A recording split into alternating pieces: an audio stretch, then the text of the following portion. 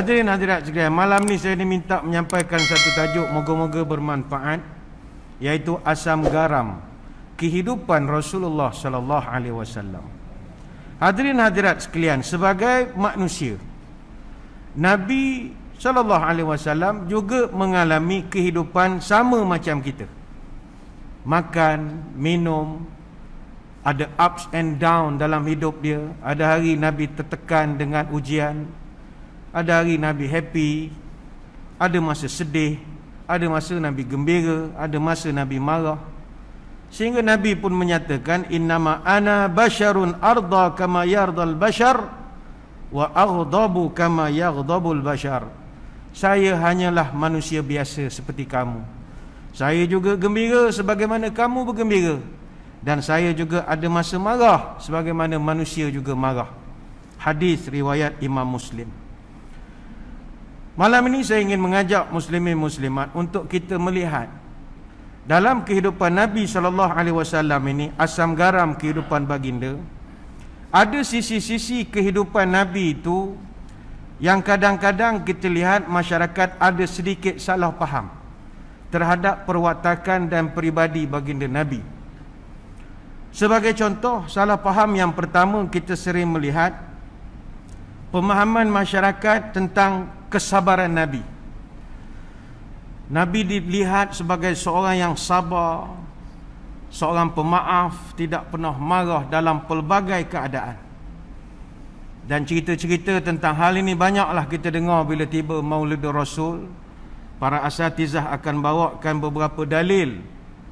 Antaranya riwayat daripada Anas bin Malik radhiyallahu anhu. Kata Anas, kuntu amshi ma'a Rasulillah sallallahu alaihi wasallam wa alaihi burdun najraniyun ghalizul hasyiyah. Kata Anas, aku pernah berjalan bersama Nabi, dan ketika itu Nabi mengenakan pakaian ataupun kain buatan Najran yang tepinya agak kasar jahitannya. Fa adrakahu a'rabiyyu fajabaza biridaihi jabzatan syadidah. Tiba-tiba datang satu orang Arab Badui dari arah belakang Nabi, dan dia tarik kain itu dengan begitu kuat. Qala Anas, maka kata Anas, fa nazartu ila safhati atikin nabi wa qad assarat biha hasyiatur ridai min syiddati jabzati. Kata Anas, disebabkan orang tu menyentok begitu kuat, maka aku melihat ada bekas merah, garis merah pada belakang Nabi, dek kerana kasarnya tarikan orang itu. Summa qala ya Muhammad murli min malillahi allazi indaka. Orang tu pula dengan kasarnya berkata, Arabi ni orang kampung, orang daripada pedalaman, dia tidak faham budaya kita. Dia datang, dia kata, Muhammad, dia panggil Muhammad ya. Muhammad, beri aku harta yang Allah berikan kepada engkau. Takkan seorang jawab Nabi, bagi sikit pada orang. Apa reaksi Nabi? Faltafata ilaihi fadhahika thumma amara lahu bi'ata'in.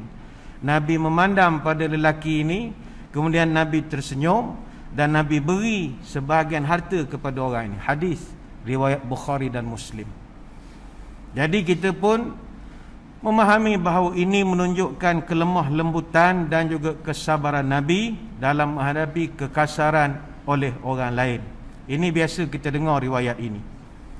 Riwayat yang lain kita biasa dengar daripada Anas bin Malik. Anas bin Malik pernah bercerita, hadis riwayat Bukhari Muslim, bainama nahnu fil masjid ma'a Rasulillah idh ja'a a'rabiyyun faqama yabulul fil masjid. Satu hari kami sedang duduk dalam masjid bersama dengan Nabi. Tiba-tiba datang satu orang Arabi, orang pedalaman lagi, datang masuk dalam masjid, yabulu fil masjid, dia buang air kecil dalam masjid. Ini cerita yang masyhur. Dia masuk, Nabi ada, sahabat ada, menolong dia pergi satu sudut, dia buang air kecil. Para sahabat yang sedang duduk semua bangun. Mah, kata mereka kepada Arab ini. Mah ni macam kita, oi. Maka ada yang nak pergi pekong kepala budak ini tadi. Maka ketika itu Nabi tahan. Kata Nabi, la tuzrimuhu da'uhu fatarakuhu hatta bala. Kata Nabi, jangan marah dia, jangan halang dia, biarkan dia sampai dia selesai buang air kecil. Maka sahabat pun marah, terutamanya Sayyidina Umar. Kata Sayyidina Umar, ya Rasul, kalau perangai orang biadab sebegini kita biar, akan datang kalau orang masuk buang air dalam masjid kita, semua orang pakat akan ikut perangai kita, sabar begitu saja. Maka kata Nabi, tak, saya nak suruh awak bertenang. Budak ni dia buang air kecil di satu sudut sahaja. Nanti kalau kamu kejar, dia takut. Bila dia takut, dia lari.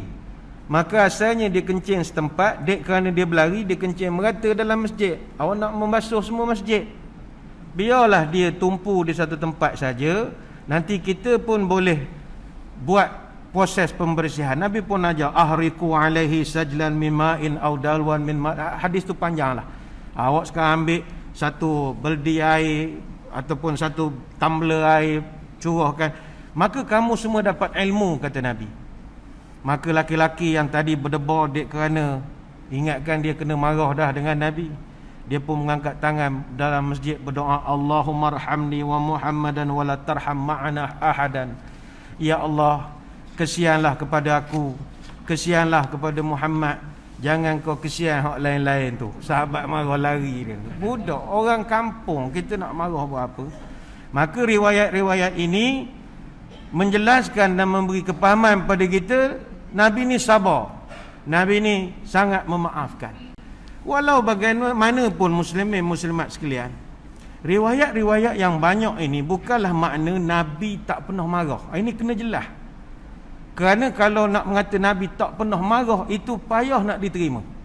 Dan ianya bukan satu keburukan. Dia adalah manusiawi, asam garam manusia. Ada atau tidak riwayat-riwayat sahih Nabi marah? Ada. Sebagai contoh, kita melihat Nabi sendiri terlibat dalam 101 operasi peperangan. Ada 28 ghazwah, ada 73 syariah.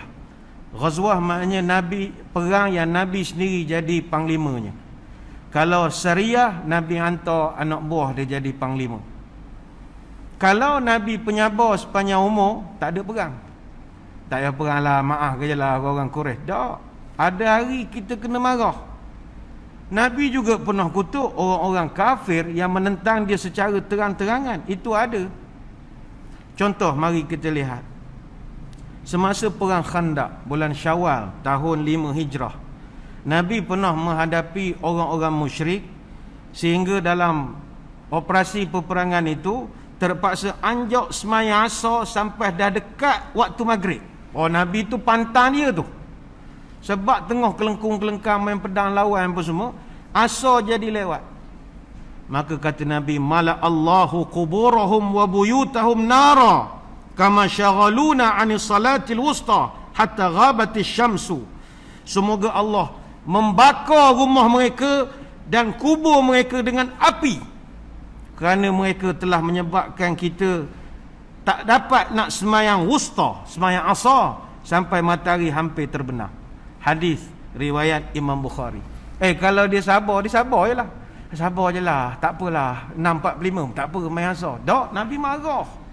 Nabi marah. Asar gelap sangat, subuh cerah sangat, pantam betul dia.